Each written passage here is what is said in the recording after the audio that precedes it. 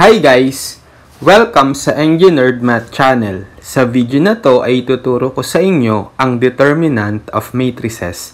So kung gusto niyo itong matutunan, just keep on watching.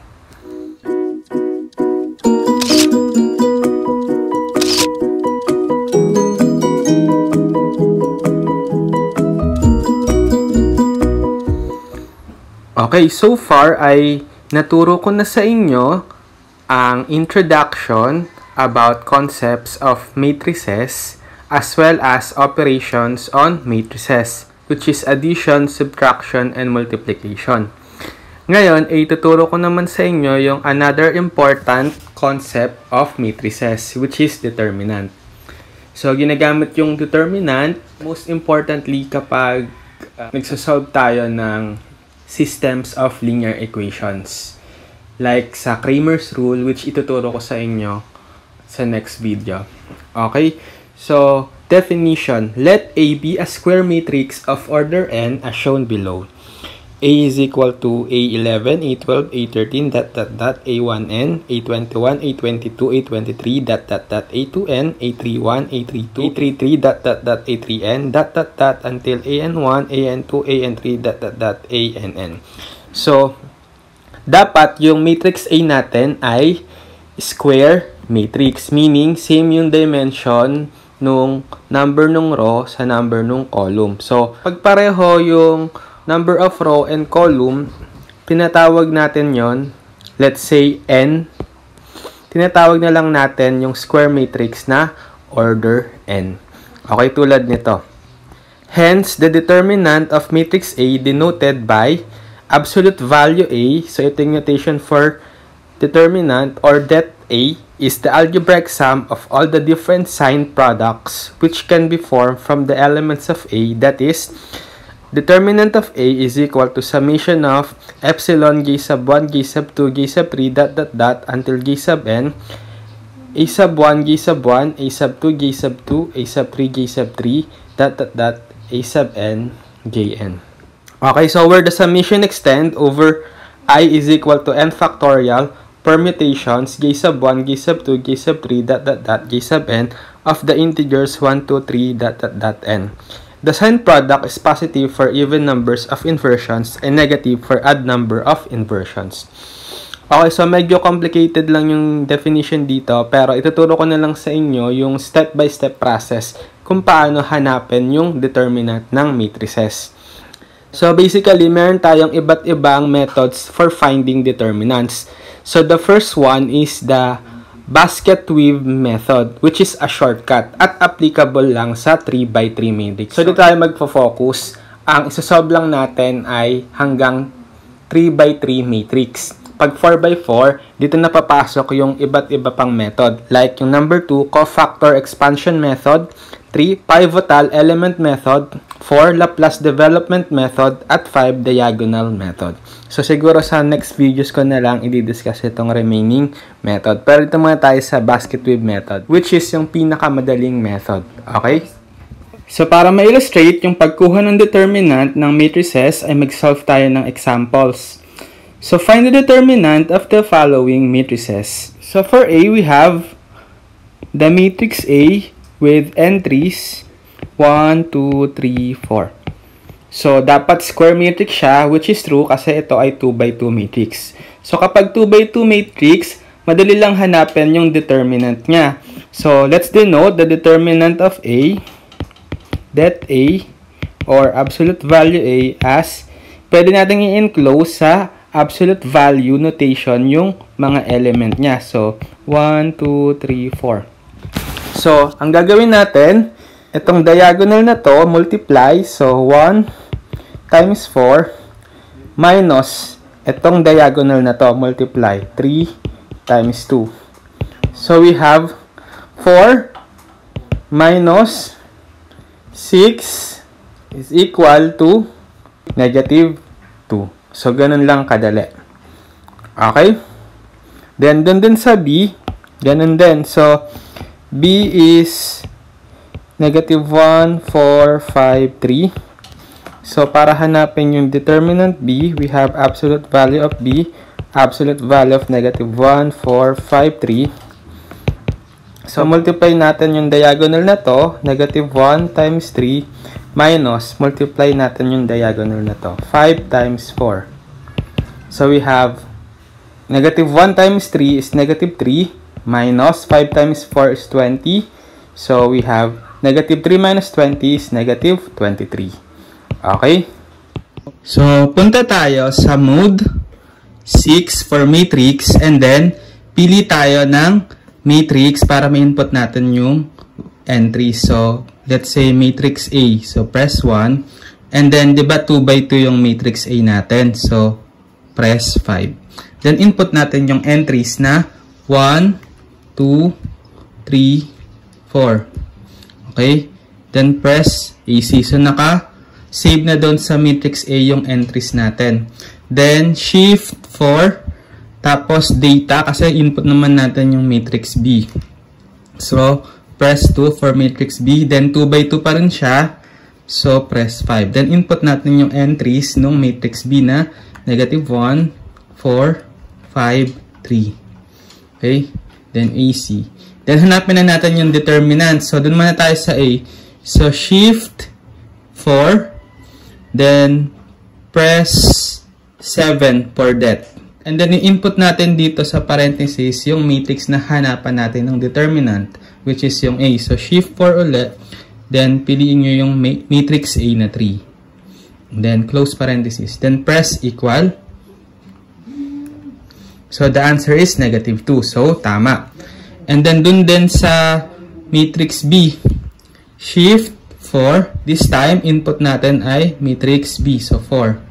Press equal sign. Therefore, the determinant of matrix B is negative 23. So, tama dun sa calculation natin. Okay? Next, let's have matrix C with entries 1, 2, 3, 4, 5, 6, 7, 8, 9. Okay, so we have matrix C with entries 1, 2, 3, 4, 5, 6, 7, 8, 9. Okay, so let's find the determinant of C denoted by absolute value C or absolute value of 1, 2, 3, 4, 5, 6, 7, 8, 9. So, this time, ibang step yung gagamitin natin. Ito na yung basket weave method kasi mamaya makikita nyo para tayong nagwe-weave ng basket. So, ang first step, sulat muna natin yung original entries ng matrix C. So, 1, 2, 3, 4, 5, 6, 7, 8, 9. And the next step, ulitin natin yung entry sa column 1 tsaka sa column 2, sulat natin dito. So, 1, 4, 7, 2, 5, 8. Okay? And then, guhitan natin ng linya yung unang diagonal, starting dito sa 1. So, 1, 5, 9. And then, yung pangalawang diagonal, 2, 6, 7. And then, yung pangatlong diagonal, 3, 4, 8. So, pababa. And then, ganun din, dito naman, mula sa 7, yung diagonal, guhitan natin, pataas, 8, 6, 1, 9, 4, 2. Okay, so kinulayan ko para ma-distinguish natin yung diagonal. So, yung mga pula, ibig sabihin yan, let's say dito sa diagonal 1, 5, 9, imumultiply natin yung entry. So, 1 times 5 times 9 plus, dito rin sa diagonal 2, 6, 7, multiply natin 2 times 6 times 7. Then lastly, yung diagonal 3, 4, 8 plus 3 times 4 times 8. And then, enclose natin sa parenthesis, meaning isang group sila. Okay? So, lahat ng mga nakapula, enclose natin sa parenthesis. Minus. Okay? Enclose natin sa parenthesis. Itong mga purple naman na pataas. So, yung diagonal na 7, 5, 3, multiply din natin. 7 times 5 times 3 plus itong 8, 6, 1. So, 8 times 6 times 1 plus itong 9, 4, 2. 9 times 4 times 2. Then, close parenthesis. So, i-enclose nyo sa parenthesis ha. Mahalaga yon. Kasi nagsusubtract tayo ng quantity. So, simplify na lang natin. So, 1 times 5 times 9 is 45. Plus 2 times 6 times 7 is 84 plus 3 times 4 times 8 is what? 96.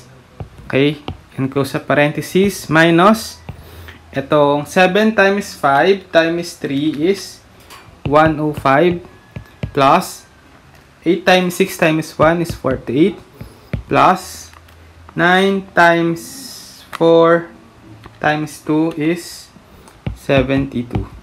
Okay, then add natin. 45 plus 84 plus 96 is 225, minus 105 plus 48 plus 72 is 225. So therefore, 225 minus 225 is 0. So therefore, the determinant pala ng matrix C is just 0. Okay? So tatandaan nyo yan na ang determinant, ang value niya ay constant. Okay? Yung matrix, array siya of numbers. Okay? Next, we have letter D.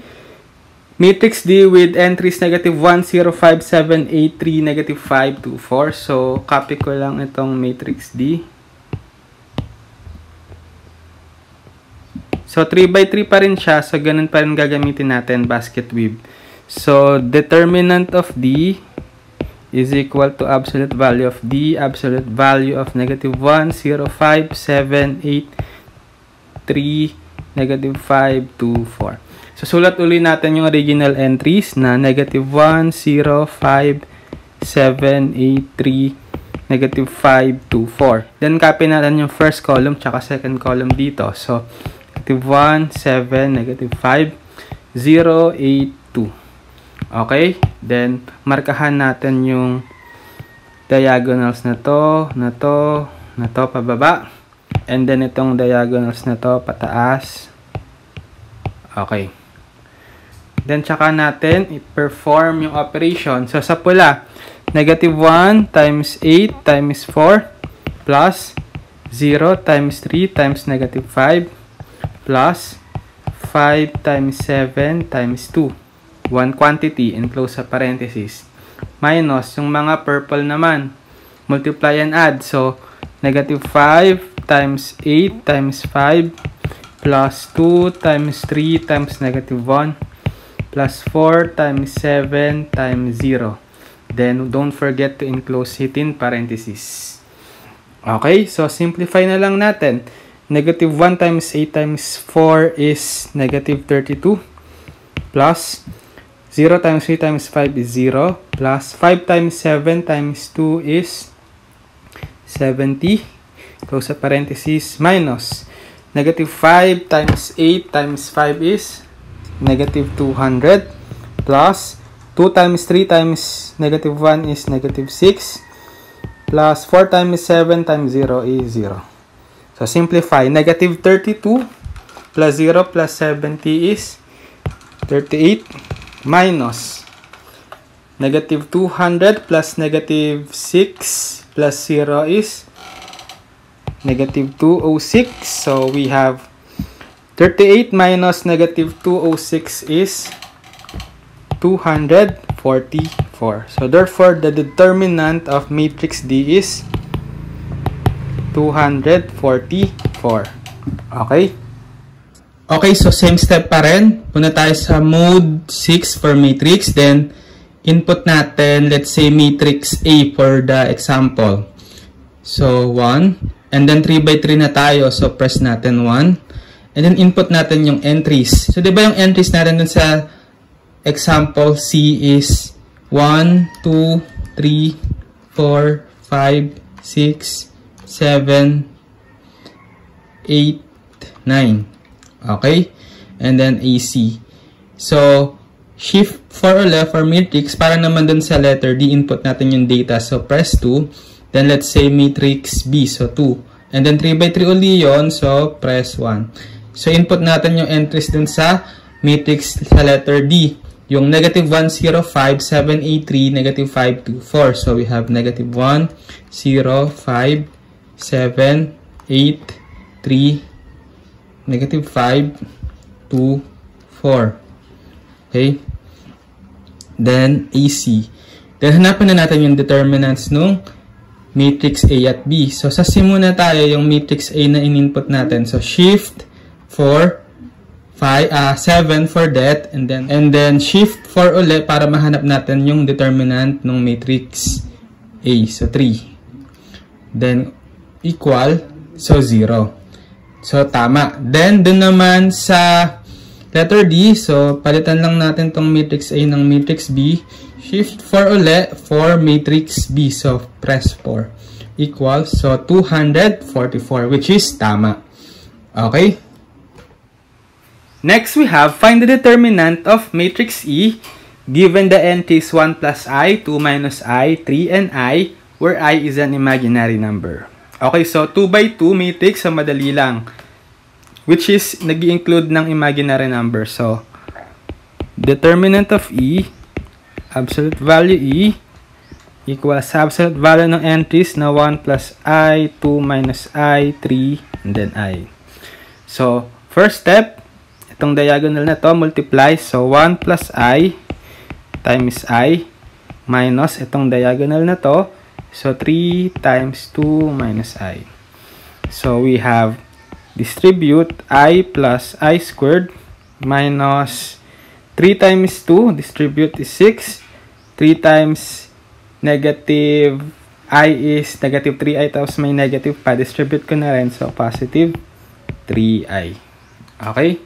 Then, simplify. We have I plus, itong I squared equals siya sa negative 1. So, minus 1 minus 6 plus 3I. Combine similar terms. So, negative 1 minus 6 is negative 7. Then, I plus 3I is positive 4I. So, therefore, the determinant of E is negative 7 plus 4I. Okay? Next, we have find the determinant of F given the entries S plus 1, 3, S minus 1, 2, negative 1, S minus 4, 3S, 4S plus 1, negative S plus 1. Okay, so this time, meron tayong variable S na included. So pwede naman magkaroon ng ganong entry sa determinant, yung variables. Okay, so let's find determinant of F, absolute value F, absolute value of the entries S plus 1, 3, S minus 1, 2, negative 1, S minus 4, 3S, 4S plus 1, negative S plus 1. So, unang step, write uli natin yung original entries. So, S plus 1, 3, S minus 1, 2, negative 1, S minus 4, 3S, 4S plus 1, negative S plus 1. Then, copy natin yung first and second column dito. So, S plus 1, 2, 3S, 3, negative 1, 4S plus 1. Then, labelan natin yung mga diagonals, yung mga pababa, pula. Then, yung mga pataas, purple. Okay. Then, operate natin.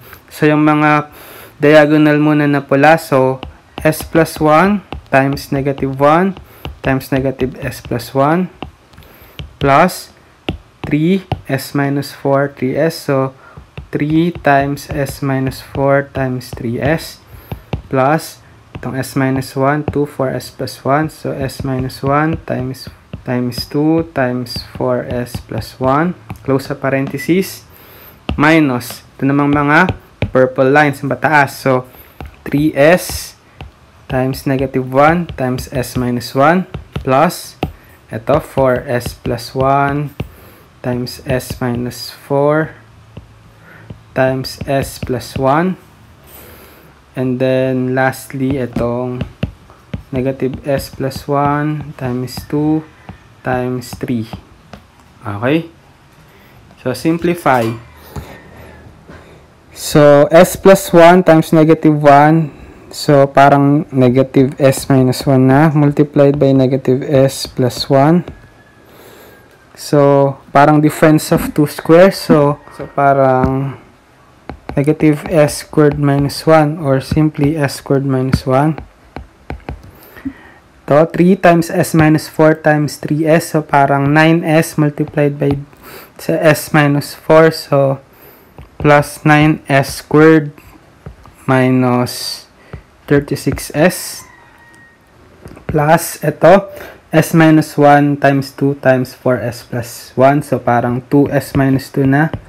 Then, 4s plus 1. FOIL. So, we have 2s times 4s is 8s squared. Then, negative 8s plus 2s is negative 6s. Then, negative 2 plus 1 is negative 2. Okay. Close parenthesis. Minus 3s times negative 1 times s minus 1. So, parang negative 3s. Distribute ko dito sa s minus 1. Negative 3s squared plus 3s. Then, ito. So, dalawa. So, dito muna tayo. 4s squared. Then, s plus negative 16s is negative 15s. Then, 1 times negative 4 is negative 4. Then, multiplied pa by s plus 1. So, 4s cubed minus 15s squared minus 4s. And then, times 1. So, plus 4s squared minus 15s minus 4. Combine similar terms. So, we have 4s cubed negative 15s squared plus 4s squared is negative 11s squared. Negative 4s minus 15s is negative 19s. Then, minus 4. Okay. Then, ito, 2 times 3, negative s plus 1 times 2 times 3. So, parang 6 times negative s plus 1. So, distribute yung 6. So, negative 6s. So, negative 6s plus 6. Okay. Simplify. Combine similar terms. So, s squared plus 9s squared plus 8s squared is 18s squared. Sa s, negative 36s minus 6s is negative 42s. Sa constant, negative 1 minus 2 is negative 3. Minus. So, we have 4s cubed. Then, sa s squared, negative 3s squared minus 11s squared is negative 14s squared. Then, sa s, 3s minus 19s minus 6s is negative 22s. And then, sa constant, negative 4 plus 6 is positive 2. Okay, then combine similar term, distribute natin. 18s squared minus 42s minus 3 minus 4s cubed plus 14s squared plus 22s minus 2.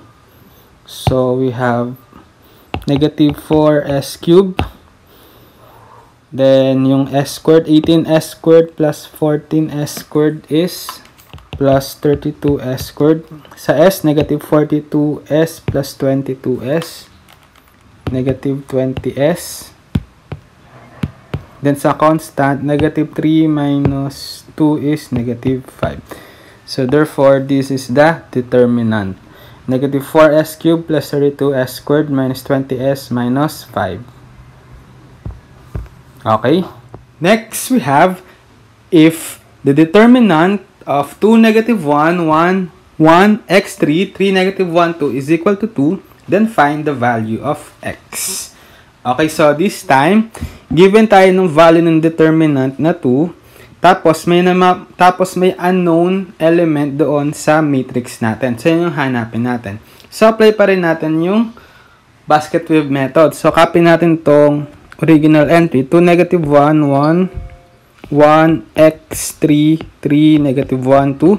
Then, copy natin uli itong column 1 and 2 dito. So, 2, 1, 3, negative 1, x, negative 1. Then, labelan lang natin. Pula. And then, purple. Taas. Okay, so, 2 times x times 2 is 4x. Negative 1 times 3 times 3 is negative 9. 1 times 1 times negative 1 is negative 1. Close at parenthesis. Minus 3 times x times 1 is 3x. Negative 1 times 3 times 2 is negative 6. 2 2 times 1 times negative 2 is negative 2. Then, equal siya dito sa value na 2. Okay, so simplify. 4x, negative 9 minus 1 is negative 10. Minus 3x, negative 6 minus 2 is negative 8. Equal to 2. So, therefore, we have 4x minus 10 distributes in negative minus 3x plus 8 equals 2. Combine similar terms, we have 4x minus 3x is x. Then negative 10 plus 8 is negative 2 is equal to 2. So, x is equal to, transpose yung negative 2 sa right side, magiging 2 plus 2. X is equal to 4. So, therefore, the value of x to make the determinant equal to 2 is 4. Okay? Okay, so I think that's it for this video. Determinants of matrices. So, madali lang naman siya. Lalo, ang consider lang natin ay 3x3 matrix using the basket weave method. So, dapat alam nyo lang yung process at huwag kayong magkakamali sa operations, particularly sa multiplication, addition, and subtraction. Okay, so practice lang kayo para mas maging madali sa inyo yung pagsasolve ng determinants ng matrices. Okay, so sana ay may natutunan kayo sa video na to at maraming salamat sa panonood.